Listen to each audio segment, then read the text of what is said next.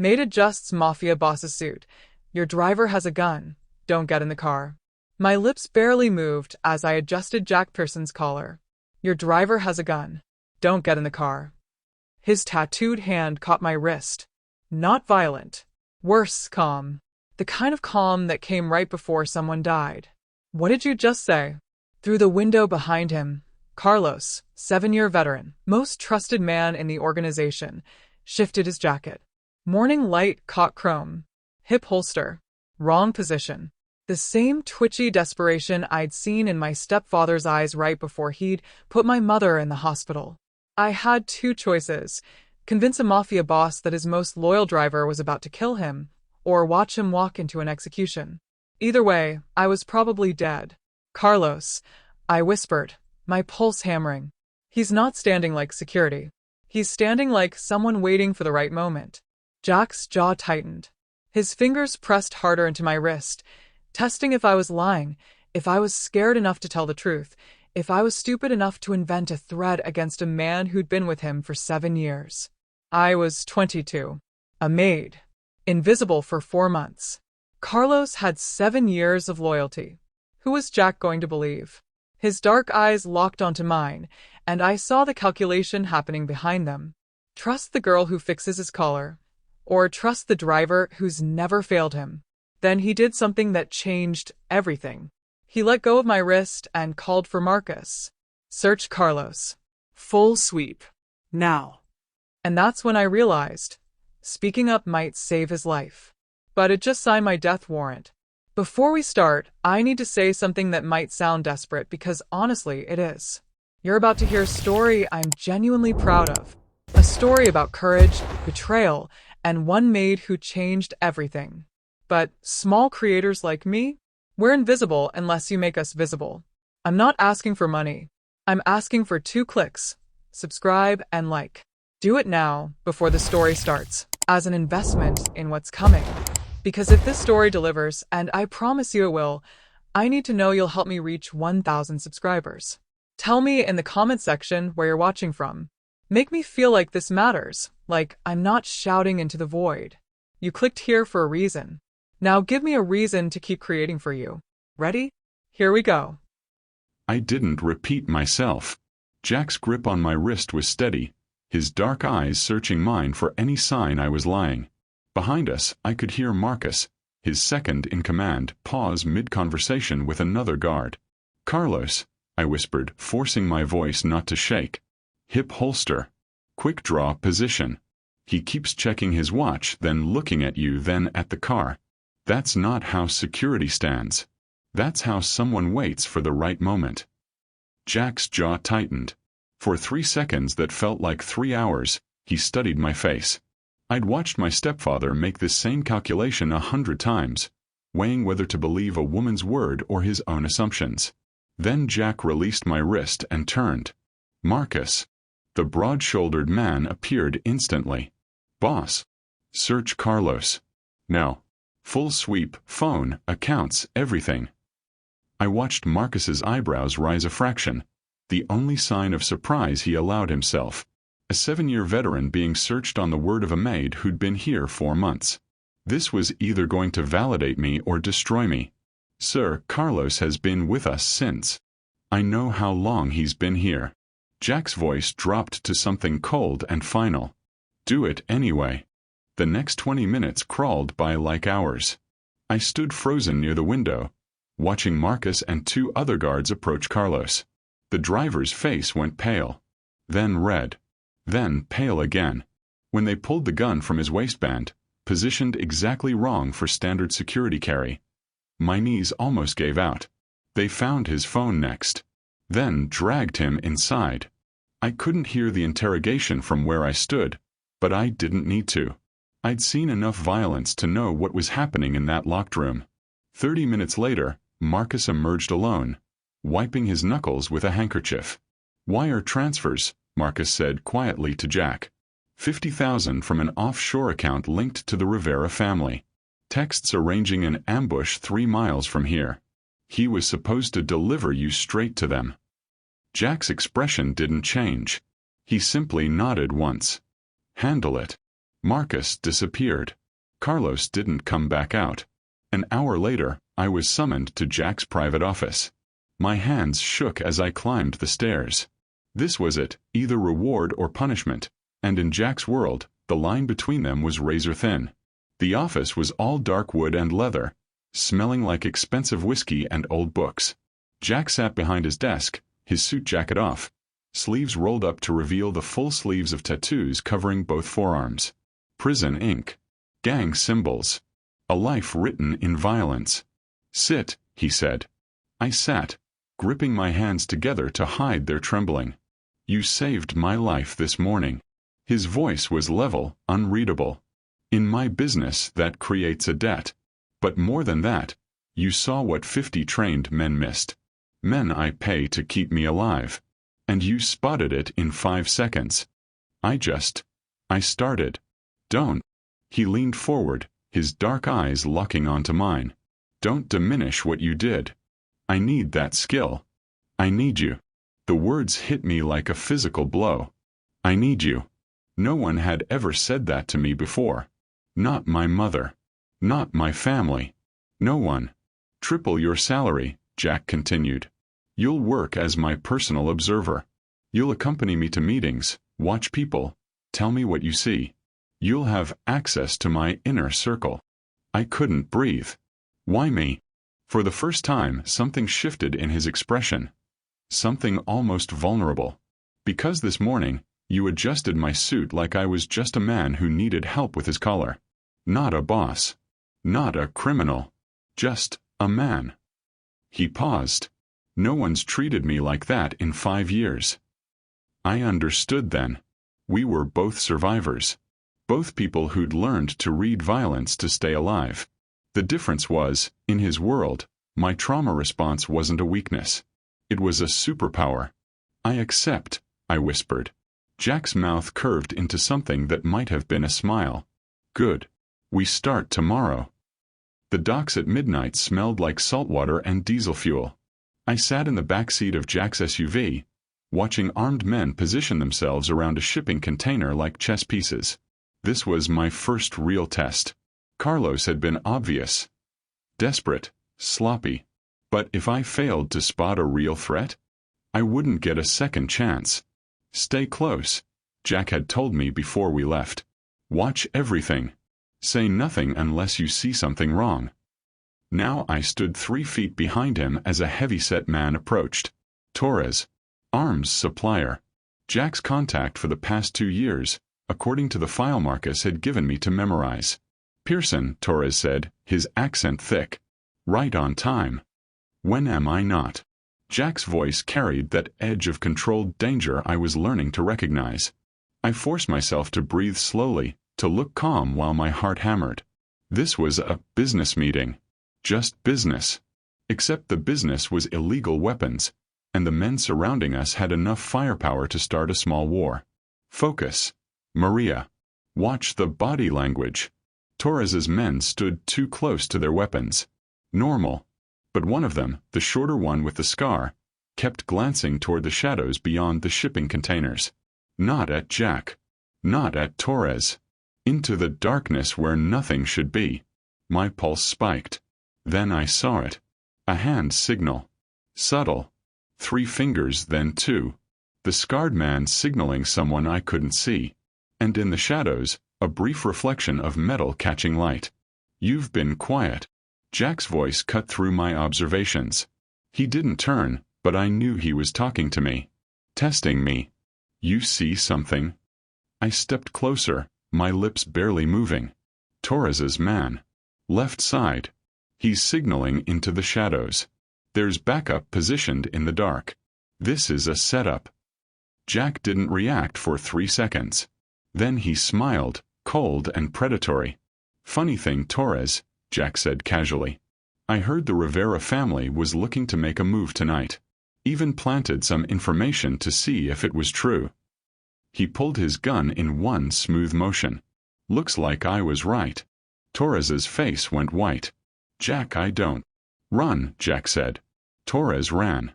The gunshot cracked through the night before he made it 10 feet. Torres dropped. I watched him fall, watched the blood pool beneath him and felt nothing.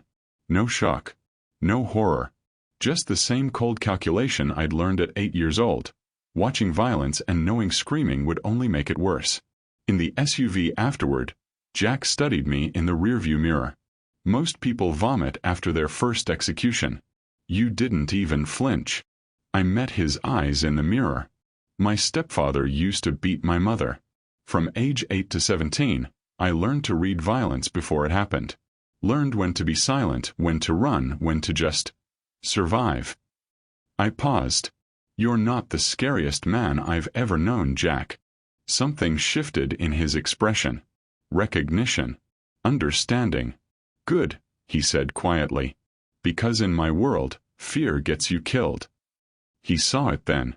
I didn't come from innocence. I came from the same darkness he did, just a different kind. She's sleeping her way up, Rosa's voice carried through the kitchen doorway. Just like that other one. Isabella. Mark my words, she'll betray him too. I froze in the hallway, files pressed against my chest. 3 weeks since Torres. 3 weeks of whispers following me through the compound like smoke. Maybe they're right. Maybe Carlos was just obvious. Maybe I don't actually belong here. Stop thinking so loud, Jack said without looking up from the map spread across his desk. I can hear your self-doubt from here. I set the files down, studying the red and blue pins marking territories across the city. Rosa thinks I don't care what Rosa thinks. I care what you see. He tapped 3 locations on the map. Rivera's hit us here, and here in the past 2 weeks. Small hits. Minimal damage. Why? I studied the pattern, forcing Rosa's voice out of my head.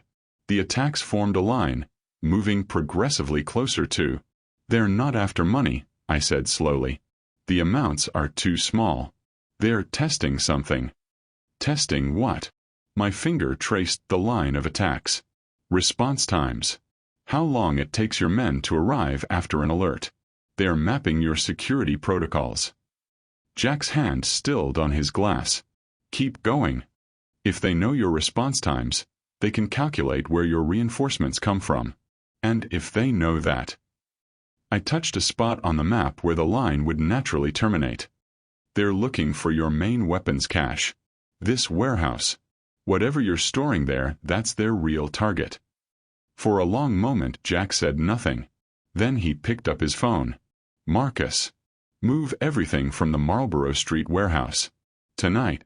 And set up exactly what we discussed for situations like this. He ended the call and looked at me, really looked at me, like he was seeing something new. What situation? I asked. The kind where someone's smart enough to find my weapons, but not smart enough to know I'd planned for it. 72 hours later, Marcus delivered the report in Jack's office. I stood by the window trying to look like I belonged there. Rivera's men hit the warehouse last night, Marcus said. Walked straight into the trap. 3 dead, 5 in custody. The real shipments secure at the secondary location. Jack nodded once. Good. Make sure the 5 in custody understand what happens to people who come after what's mine. After Marcus left, Jack poured 2 glasses of whiskey. He handed me one, the first time he'd ever offered me a drink like an equal. You don't just observe, he said quietly. You think 3 moves ahead. You see patterns before they form. That's not luck, Maria. That's strategy. I took the glass with shaking hands. Rosa says. Rosa's been here 15 years and never once anticipated a threat before it happened. You've been here 3 weeks and you've saved my life twice. Who do you think I trust? The whiskey burned going down, but not as much as the unexpected warmth in my chest. You're not an employee anymore, Maria. Jack's dark eyes held mine. You're my strategist. And maybe. He paused, something vulnerable flickering across his face. Maybe something more. The words hung between us, heavy with implications neither of us was ready to name. But for the first time since I'd walked into this compound, I believed I'd earned my place here. Not because Jack was kind, because I'd proven I deserved it. The salon smelled like jasmine and old money. Elena Pearson sat in a high-backed chair that looked more like a throne, her silver-streaked hair pulled into an elegant twist. At 63, she was still beautiful, and far more terrifying than her son. "Sit, dear," she said, gesturing to the chair across from her. "Not a request." I sat, smoothing my dress with hands that wanted to shake. This wasn't tea. This was an interrogation. "You've been working closely with Jack for 6 weeks now." Elena poured tea with practiced precision. "Very closely from what I understand. The staff talks, you know." "I'm his strategist," I said carefully. "I help him see patterns." "You help him feel human again." Elena's dark eyes, so much like Jack's, cut through every defense I had. "That's far more dangerous than strategy, child." She set down her teacup with a delicate click. "Do you know about Isabella?" My stomach dropped. "No, ma'am." "Good. Then let me educate you." Elena's voice remained pleasant, conversational, which somehow made it worse. 5 years ago, my son was engaged. Beautiful girl. Good family. Educated. He loved her the way young men love, completely, recklessly, stupidly. I forced myself to keep breathing. Isabella was passing information to the Castellano family. Small things at first. Meeting times. Security gaps. Then bigger things. Jack discovered it the morning of their wedding. Elena's expression didn't change. 3 of his men died because of what she told them. Good men. Men with families. What happened to her? She disappeared. Elena met my eyes. Some say Jack killed her himself. Others say he had her family do it as penance. I've never asked, and he's never told me. But I do know that my son hasn't allowed anyone close since then. Until you.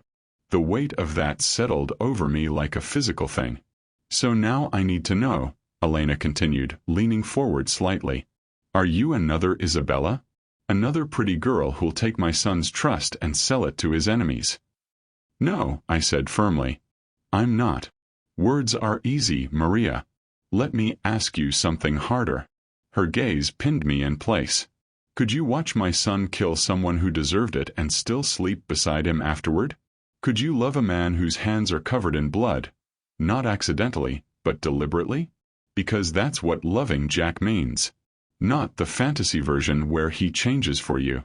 The real version, where he kills people and comes home to you with blood under his fingernails." The question sat between us like a bomb. I thought about my stepfather's violence. Random, cruel, designed to make himself feel powerful by making others feel small. Then I thought about Torres dropping at the docks. Rivera's men walking into Jack's trap. Violence with purpose. Violence with rules. I said quietly. Because I know the difference between my stepfather's violence and Jack's. My stepfather hurt people to feel powerful. To take from them. Jack hurts people to protect what's his. I'm not naive enough to confuse the two. Elena studied me for a long moment. Then something shifted in her expression. Not warmth exactly, but respect. "You're stronger than you look," she said finally. "Good. You'll need to be." She stood, smoothing her dress. The audience was over. "One more thing, Maria." Elena paused at the door. "Loving my son means accepting all of him. The darkness doesn't go away just because you turn on a light. It's always there waiting. Can you live with that?" I met her eyes. "Yes, ma'am. I can." Elena nodded once. Permission granted. But the warning remained. The operation was supposed to be simple. Rivera's men would hit the decoy warehouse. Jack's team would be waiting. Clean, controlled, over in minutes. Then the explosive went off. The blast threw me against the SUV, my ears ringing. Through the smoke I saw Jack stumble, his hand pressed to his face, blood streaming between his fingers. "Get him out of here," Marcus shouted, already returning fire. 2 hours later, we were back at the compound. The adrenaline still buzzed through my veins like electricity as I followed Jack to his private bathroom. He'd refused the medic, refused everyone except me. "Sit," I said, pointing to the marble counter. Jack obeyed without argument, which told me how shaken he actually was. I dampened a cloth and stepped between his knees, my hands trembling as I lifted it to his face. The cut ran from his temple to his cheekbone, deep enough to scar, but not life-threatening. Flying glass from the blast. An inch lower and it would have taken his eye. "Hold still," I whispered. His hands came to rest on my hips, steadying himself or me, I wasn't sure. This close, I could see the gold flecks in his dark eyes, could smell gunpowder and smoke mixed with his cologne. Both of us were still wired from the near-death experience. Hearts racing, skin hypersensitive. I cleaned the blood carefully, hyper-aware of every point where our bodies touched. His hands on my waist, my fingers on his jaw, the space between us crackling with something dangerous. "I haven't been able to stop thinking about you," Jack said quietly. "About the way you fixed my collar that first morning. About your courage when anyone else would have stayed silent. About how you're not afraid of me." My hand stilled on his face. "Jack, I know I shouldn't. I know all the reasons this is a bad idea." His thumbs traced small circles on my hips. "But I can't seem to care anymore." He pulled me closer, and I didn't resist. When his lips met mine, the kiss was soft at first. Tentative, testing. Then desperate.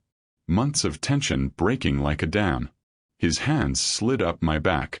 Mine tangled in his hair. The kiss deepened, turned hungry, both of us pouring 4 months of unspoken want into it. I pulled back, breathing hard. "If we do this, everything changes. I won't be just your strategist. You won't be just my boss. In your world, that's dangerous." Jack's forehead rested against mine. "Everything already changed 4 months ago when you whispered that warning. I just didn't want to admit what it meant." What did it mean? That I was never going to be the same after you. His hand cupped my face, thumb brushing my cheekbone. That you'd already gotten under my skin, and I didn't want you out. I kissed him again, answering without words. This was the point of no return. Professionally, emotionally, physically. We both knew it. And neither of us cared anymore. When Jack lifted me onto the counter, his hands sliding up my thighs, I didn't stop him. When I wrapped my legs around his waist, pulling him closer, he didn't hesitate. We crossed the line together. And there was no going back. 3 months had changed everything and nothing. I woke in Jack's bed now, his arm heavy across my waist. My clothes hung next to his in the closet. My toothbrush sat beside his in the marble bathroom. To anyone who entered his private quarters, we were together. But outside those walls, I was still just his strategist. Nothing more. Rose's whispers had evolved from poison to prophecy. She'll destroy him. Just like Isabella. You watch. I told myself I didn't care. That her opinion didn't matter. But when Jack's phone rang at 6 a.m., and I saw his expression shift from sleep-soft to stone-cold in seconds, I knew something had broken. "Talk to me," Jack said into the phone, already reaching for his clothes. I couldn't hear Marcus's response, but I watched Jack's jaw tighten, watched his free hand curl into a fist against the sheets. "How many?" A pause. "I'm on my way." He ended the call and stood, pulling on his pants with sharp, angry movements. "What happened?" I asked, sitting up. "Rivera hit the club on 5th Street. Killed 3 people. Security, bartender, and a waitress who was closing." His voice was flat, controlled, which meant he was furious. "They left a message on the wall. In blood." My stomach dropped. What did it say?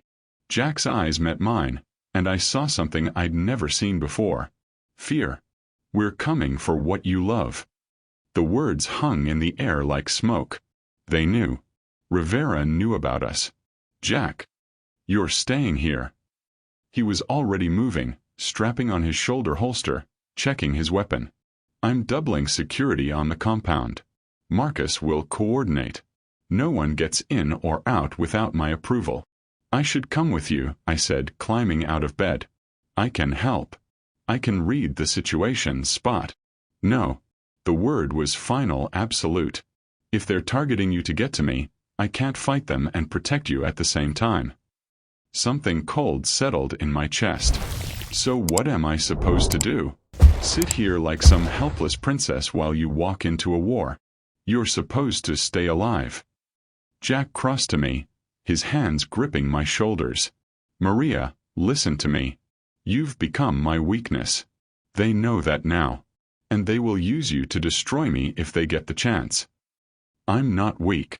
I know you're not. His voice softened slightly. But you're also not bulletproof. And if something happened to you because I was too stubborn to keep you safe. He didn't finish the sentence. Please, he said quietly. Just this once. Stay here. Let me handle this. I wanted to argue. Wanted to insist I could help, that I'd proven my worth, that I wasn't some fragile thing that needed protecting. But the fear in his eyes stopped me. Okay, I whispered.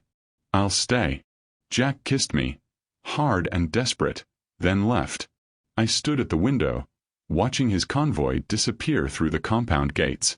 Marcus had already positioned extra guards. The compound was on full lockdown. I was completely safe. And completely useless.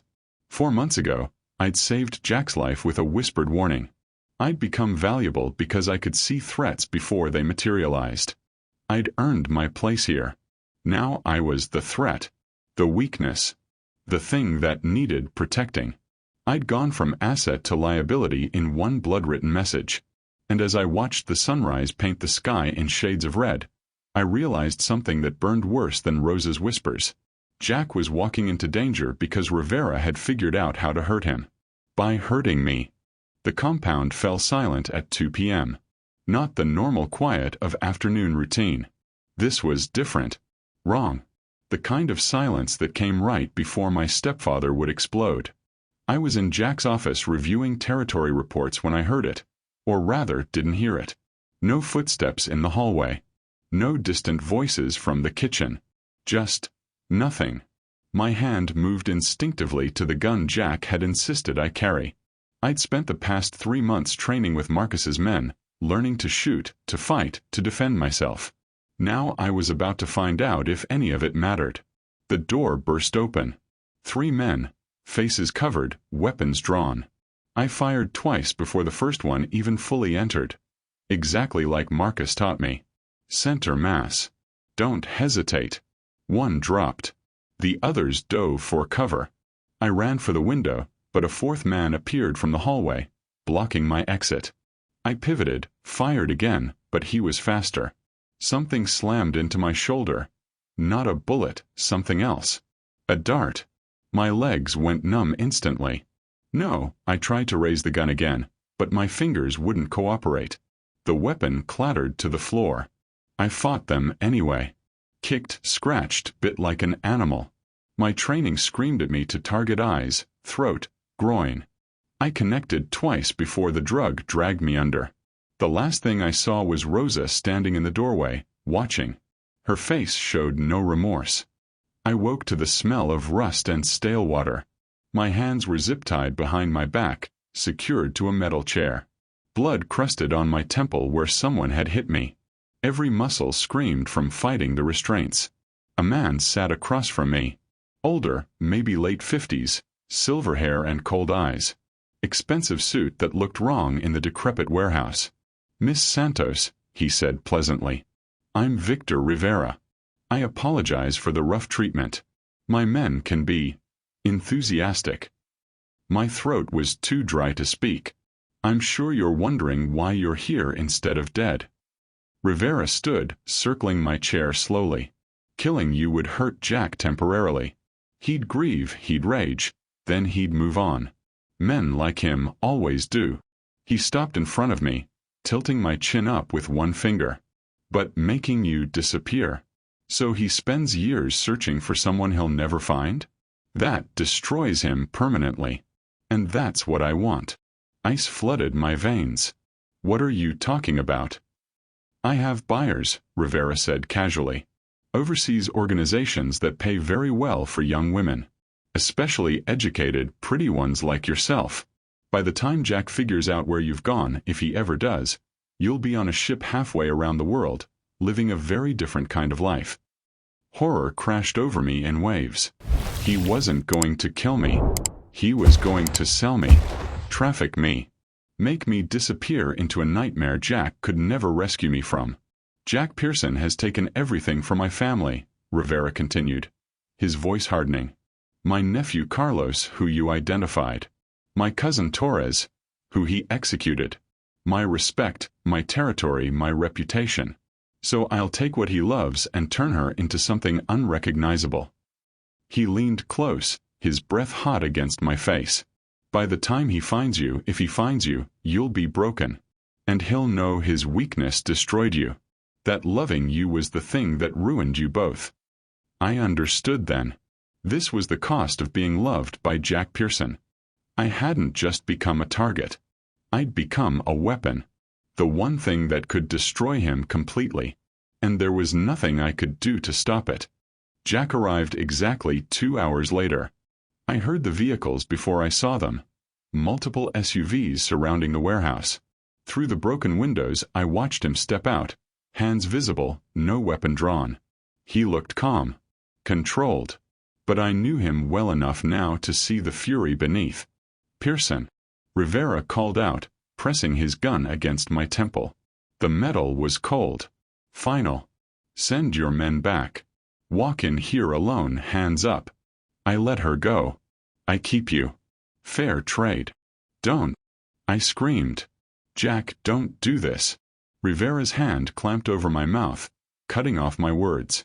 Marcus appeared beside Jack, arguing urgently. I couldn't hear the conversation, but I could see Marcus's desperation, his refusal. Jack said something short, final. Marcus's shoulders dropped in defeat. Then Jack dropped his weapons. All of them. Gun, knife, backup piece from his ankle holster. He raised his hands and walked forward. Into the warehouse. Alone. Unarmed. No, I sobbed against Rivera's hand. No, no, no. Good boy, Rivera said. Now kneel. Hands behind your head. Jack's eyes met mine across the warehouse. In them I saw no fear. No regret. Just absolute certainty that this was the only choice that mattered. He knelt. Let her go, Jack said quietly. Rivera shoved me forward. I stumbled, my zip-tied hands still bound. Marcus caught me, started cutting the restraints, pulling me toward the door. Jack. I fought against Marcus's grip, watching Rivera's men surround Jack, watching him kneel with his hands behind his head like an execution pose. No, you can't, Marcus, stop. Boss's orders, Marcus said roughly, dragging me toward the SUV. I'm sorry, Maria. I'm so sorry. The last thing I saw before they forced me into the vehicle was Jack's face. Calm. Resigned. Accepting his death for my life. 6 hours later. Elena Pearson's war room buzzed with activity. Maps, phones, armed men coordinating rescue attempts. Every family Jack had ever helped owed him now, and they were calling in those debts. But I knew the truth. By the time they breached the warehouse, Rivera would have moved Jack. Killed him. Made him disappear the way he'd planned to do to me. I'm going back, I said. The room went silent. Elena turned slowly. Absolutely not. He traded himself for me. Now I do the same. My voice didn't shake. Rivera wants revenge. He can have me. But Jack lives. Rivera will kill you both. Then we both die. But at least we die together instead of me living knowing I let him sacrifice himself for nothing. Elena studied me for a long moment. Then she nodded once. You're braver than I thought. Or more foolish. I can't decide which. I walked back into that warehouse 2 hours later. Alone. Unarmed. Hands raised. Rivera's shock quickly turned to delight. The little maid has teeth. Let Jack go, I said. Keep me instead. I'll sign whatever you want. Contract saying I came voluntarily, that there's no crime, no kidnapping. You get your revenge. Jack loses me, but without starting a war that destroys the entire city. Rivera considered this, then smiled. Deal. They brought Jack out. The moment he saw me, Horror crashed across his face. "Maria, what did you?" His voice broke. "No. No, you can't. I love you," I mouthed as they dragged him toward the exit. The words I'd never said aloud. The truth I'd been too afraid to admit. His face shattered. "Maria." They pulled him out. The door slammed shut. And I was alone with my choice. What neither of us knew. Jack had never intended to leave me behind. The moment Marcus got him clear, the assault began. Jack had bought time for his forces to position. And now he was coming back for me with everything he had. The explosion came without warning. The warehouse doors blew inward with a force that shook dust from the rafters. Through the smoke and debris, I saw them. Jack's entire organization flooding in like a tidal wave of violence. Rivera's men opened fire. I dropped behind a concrete pillar, my hands still bound, my training screaming at me to move, fight, survive. A knife skidded across the floor toward me. Marcus somewhere in the chaos. I grabbed it, cut my restraints, and picked up a fallen guard's weapon. I wasn't a helpless hostage anymore. I was a fighter. The firefight lasted maybe 90 seconds. Then Jack was there, moving through the smoke like death incarnate. His eyes found mine across the warehouse, and relief crashed across his face so violently it almost brought me to my knees. "Maria." Rivera grabbed me from behind. Gun pressed to my spine. One more step and she dies. Jack's weapon didn't waver. "Let her go. You think you've won?" Rivera's voice shook with rage. "You think?" I remembered Marcus's training. Dropped my weight, twisted, drove my elbow into Rivera's ribs. The gun discharged, missing me by inches. Jack fired twice. Both kneecaps. Rivera dropped, screaming. "That's for taking her," Jack said coldly. He stepped forward, gun aimed at Rivera's head. "And this is for everything else." Then I heard it. Sirens. Police flooded through the blown doors, weapons drawn. At their center, Detective Sarah Chen, her badge visible, her expression triumphant. Jack Pearson dropped the weapon. Jack's finger tightened on the trigger. Rivera lay helpless at his feet. One pull. 1 second. Rivera dies, and years of investigation finally gives Chen what she needs. Murder in front of a dozen cops. Life in prison. "Jack." My voice cut through his rage. "Please. Don't." He didn't look at me. His entire focus was on the man who'd tried to sell me, traffic me, destroy me. "I didn't trade myself back just to watch you throw your life away for revenge," I said quietly. "Please. We can survive him living. We can't survive you in prison forever." For 5 seconds, Jack didn't move. Then slowly, so slowly, he lowered the gun. Let it fall to the concrete with a metallic clatter. "Smart choice," Chen said, nodding to her officers. "Cuff him." They pulled Jack's arms behind his back, securing the handcuffs with practiced efficiency. As they did, his eyes finally met mine. "Whatever happens next," he said, his voice rough with emotion, "know that I'd do it again.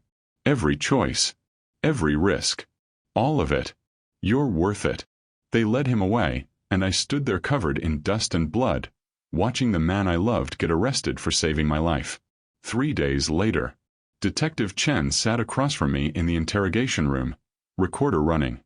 "Tell me everything," she said. "From the beginning." So I did. The kidnapping. Rosa's betrayal. Rivera's trafficking plan. The contract he'd forced me to sign. Jack's rescue. "He saved my life," I finished. "Everything he did was to get me out." Chen studied me. "I've been trying to take Jack Pearson down for 5 years. This is my chance." "Or it's your chance to take down Rivera's trafficking operation," I countered. "Real victims. Real crimes. International conspiracy. Which case makes you look better?" Something shifted in her expression. "Testify against Rivera," she said finally. "Help me dismantle his operation. In exchange, I'll offer Jack a deal. Divest from illegal operations, probation, community service, or prison." "He'll take the deal," I said. "How do you know?" I met her eyes. Because he didn't pull that trigger. He chose me over revenge. And that choice was about to change everything. We're at a crossroads, you and I. Right now, we need more subscribers to hit 1,000. A number that changes everything for small creators like me. YouTube starts taking us seriously. Our stories reach more people. But I need your help right now. If this story gripped you, moved you, made you feel something, subscribe. Smash that like button. And please tell me in the comments where, in this incredible world you're watching from. I want to build a global community of story lovers, and it starts with you. Don't be a silent viewer. Be part of this journey. Your action today determines whether this channel survives or fades away.